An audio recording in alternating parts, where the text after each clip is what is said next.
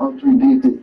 You know, once somebody say your name so many times, you know that's who they gonna come get. It's over. It's over. Okay. There's no cases. The rest of the name don't get the blame. You know what I'm saying? But things weren't all good for Mo3, because apparently, due to the negative attention he got from this incident, Epic Records decided to distance themselves from him. Oh, because the shooting incident. And after his split with Epic, the following year in October, Mo3 would release the song True Story, where he seemed to address the incident. The video came along with an eerie introduction where we see a dead Mo3 in the morgue, whilst the mortician tells somebody on the phone that he was killed in his own city. I don't know, I think it's some rapper. He got shot in his own city. And over the course of this prophetic video, we would see Mo3 himself rapping next to a coffin and his own grave, which of course represents his own death, as well as rapping lyrics that appear to reference the shooting in Fort Worth, saying that he damn near lost his life that night, and going on to rap about being linked to the murder, suggesting that the situation was a setup and it was nearly him that got killed, saying others in his position would have done the same thing. He would rap that he'll kill before he becomes a victim, and Mo3 later told Cam Capone in an interview before his death that this was the last shootout he was in, and that he still loves Fort Worth despite this incident. Shout out to Fort Worth. I see a little fun. I got no problem. I think that made me get still. You know what I'm saying? Night gone bad. You know, somebody died. It's never been fully revealed to the public exactly what happened that night, but some have connected the dots. And considering Go Yayo hails from Fort Worth, and that there had previously been tension brewing between them on stage, putting two and two together, many believe that this altercation had something to do with the tension between Mo3's HSM crew and Go Yayo's Hood Fame crew. Story goes, Mo3 and Go Yayo had been on opposite sides of the club that night, yelling and throwing gang signs in each other's direction. Apparently, at a certain point, Mo3's threats towards Go Yayo were interpreted as a diss towards the entire city of Fort Worth, forcing that nightclub full of Fort Worth natives to turn on Mo3. Allegedly, at this point, he had tried to escape the club, being escorted out by his manager, ultimately with an exchange of gunfire erupting and a man being left dead. After the incident, an Instagram post, apparently from the victim's sister, would confirm that her brother got shot 8 times because of Go Yayo and Mo3 beefing at the club. And Mo3 himself would even release a statement from his Facebook account under the alias Marcus Mann, saying that he prays the victim pulls through, but he's not the one to blame, saying that a late local rapper set him up and that he had to defend himself against a whole club, but he doesn't know anything about a shooting, and now he has the cops on his case. A while later, Dallas comedian Roy Lee would also weigh in on the drama between these two rapping rivals, saying in a real-life interview that Mo3 is up against the whole of Dallas and Fort Worth. Yeah, we got the Mo3 and Go Yayo situation, man. What's your take on that? Man, that's crazy, man.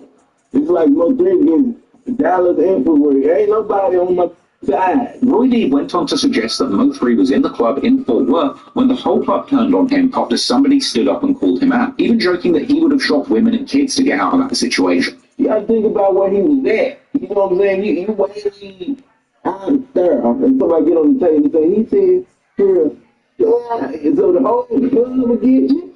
When I get back to the club, I'm shooting kids or whoever. Y'all better move out. Roy Lee would go on to say that Mo3 is at the stage in his career that he needs real armed security. You got enough money, get the police out. Yeah.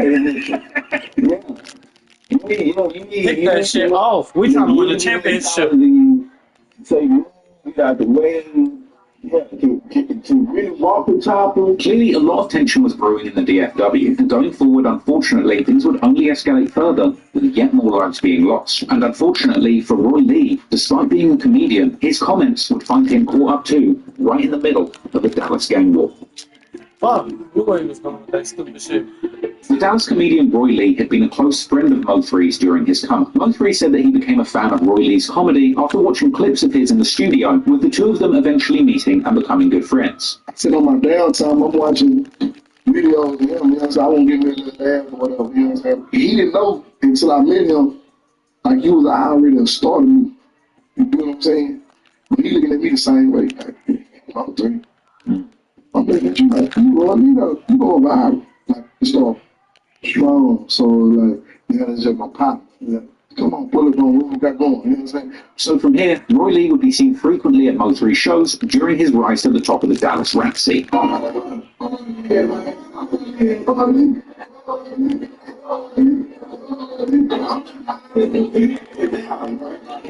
in an interview following Mo3's arrest for that fatal shooting in Fort Worth, Roy Roy Lee would end up dropping some shade on Mo3's rival Yella Beezy, saying in a real-life interview that some of the rappers claiming Oak Cliff can come over and get robbed. This was an apparent reference to an earlier video where Yella Beezy had claimed to be from Oak Cliff, America, and saying that he runs the city.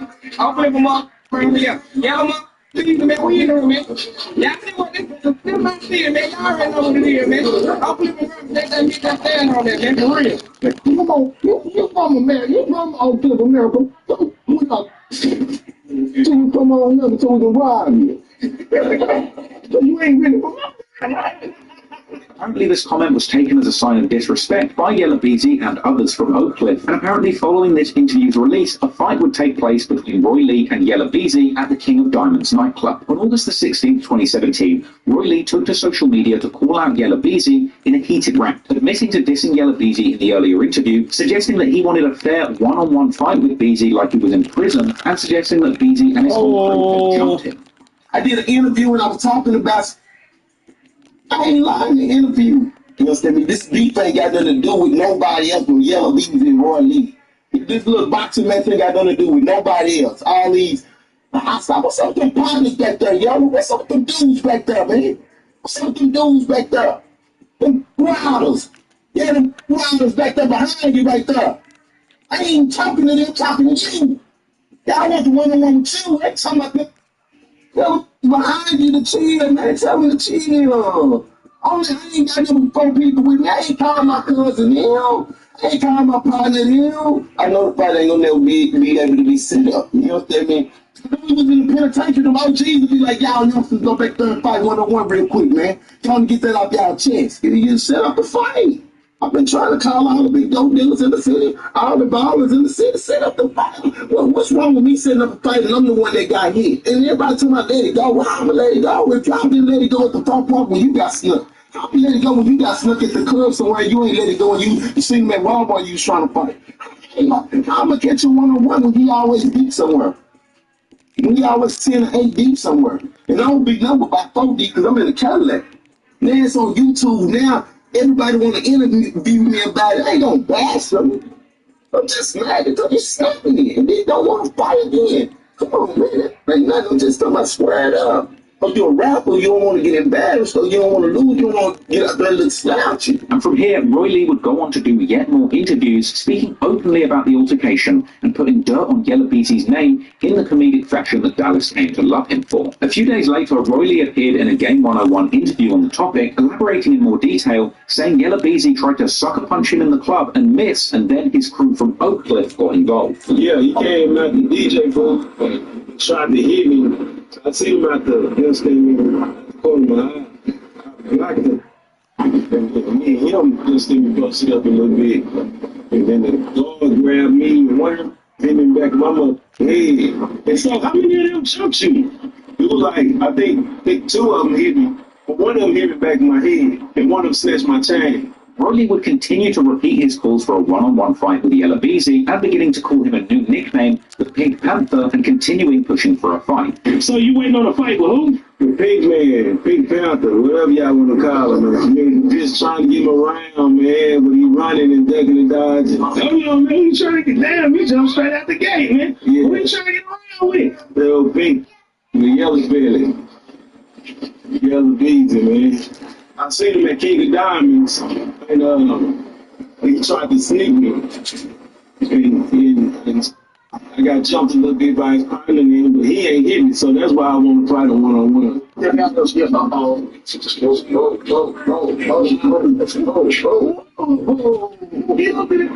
it'll be good to show the kids that we ain't got to shoot guns, and you don't do all that. It's about it.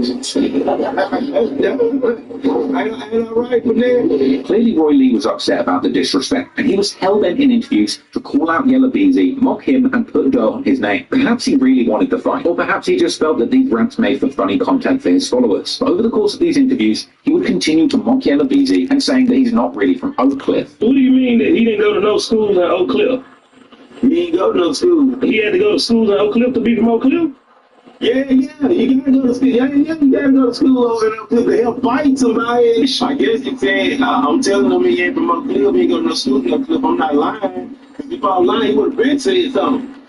Like, Perhaps Roy Lee didn't realise at the time that he was playing with fire, or perhaps he simply didn't care that he was dissing one of the city's most beloved street rappers with an army of fans and goons ready to put in work for him. But he refused to let it go and continued cracking jokes in interview after interview. In November 2017, Roy Lee did another interview with Real Life, saying that Yella Beezy had turned down his offer of a one-on-one fight and he still wants to get back.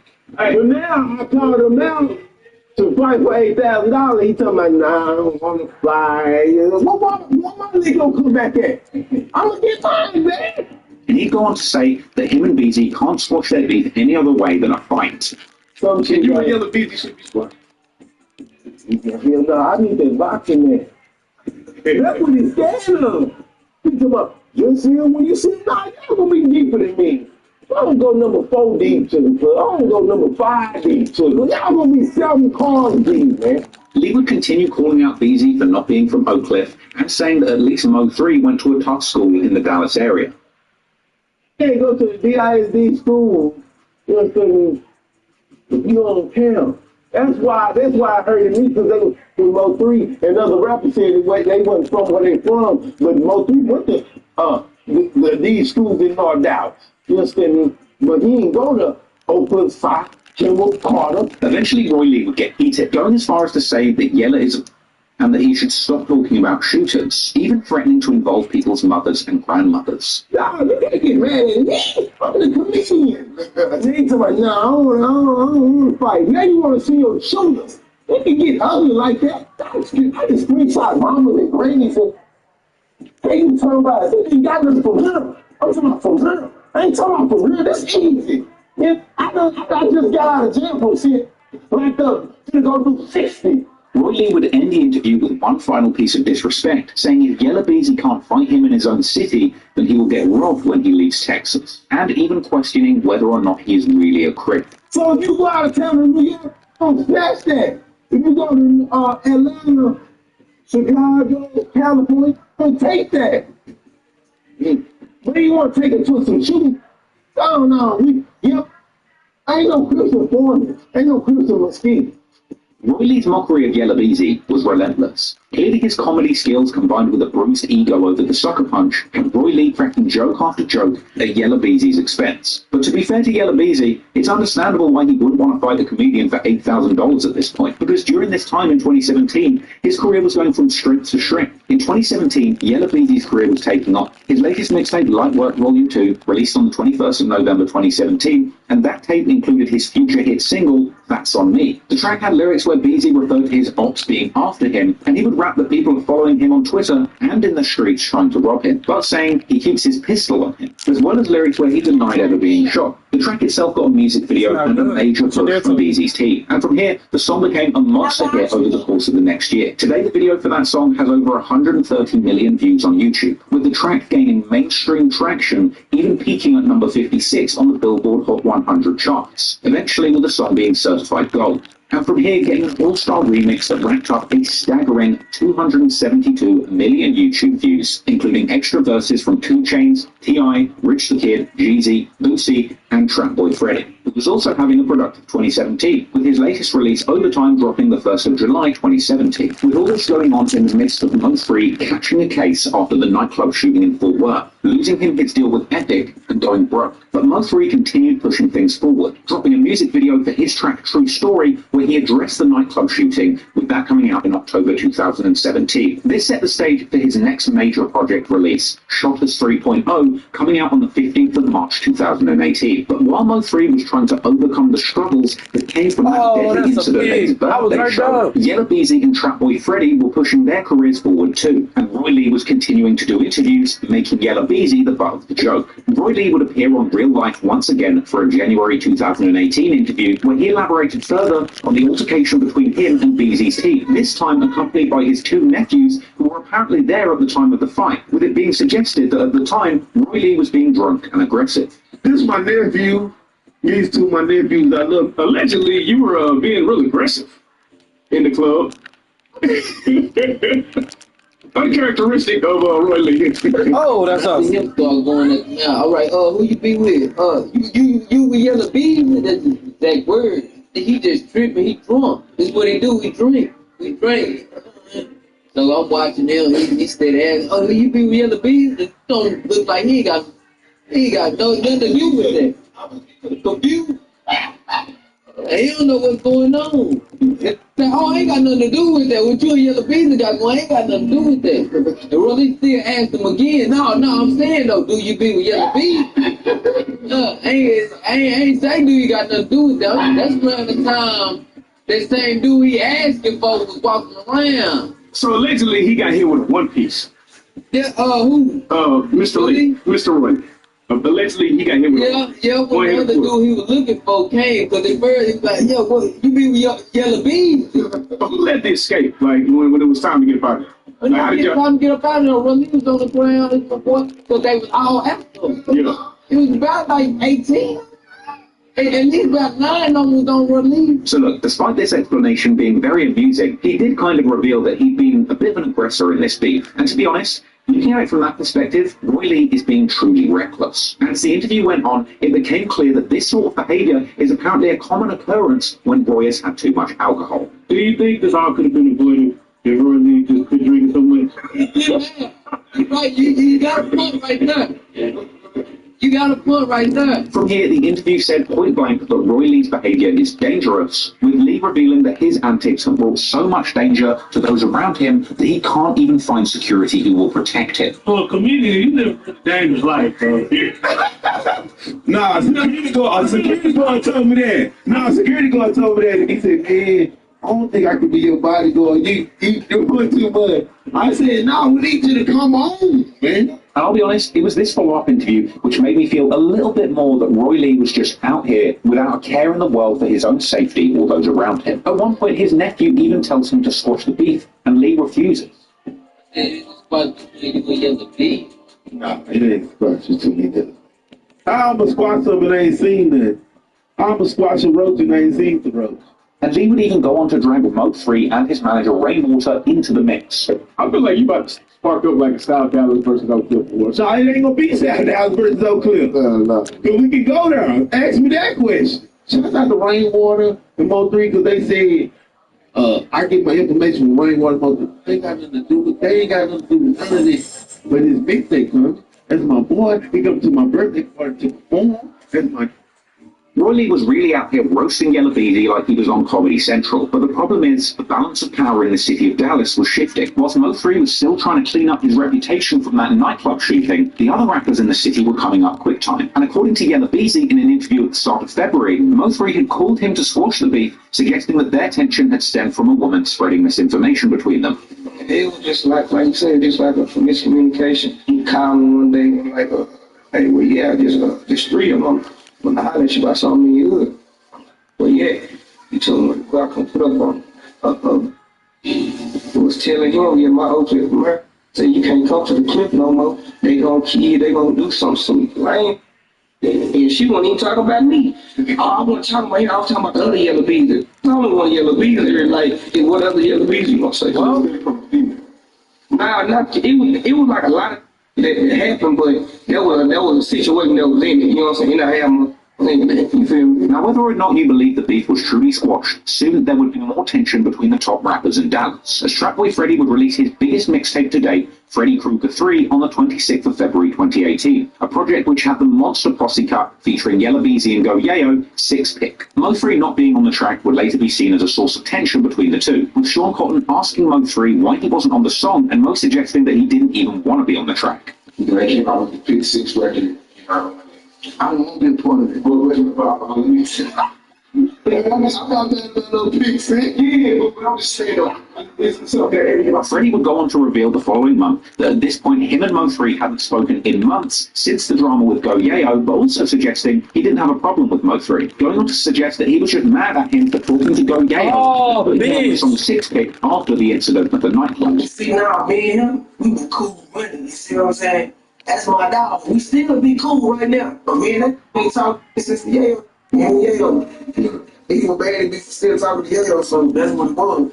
With Freddie saying that he unfollowed Mo3 after finding out he was upset about the Go Yayo feature. Look, I unfollow my nigga, I don't play, we ain't got to play like we brothers and all that.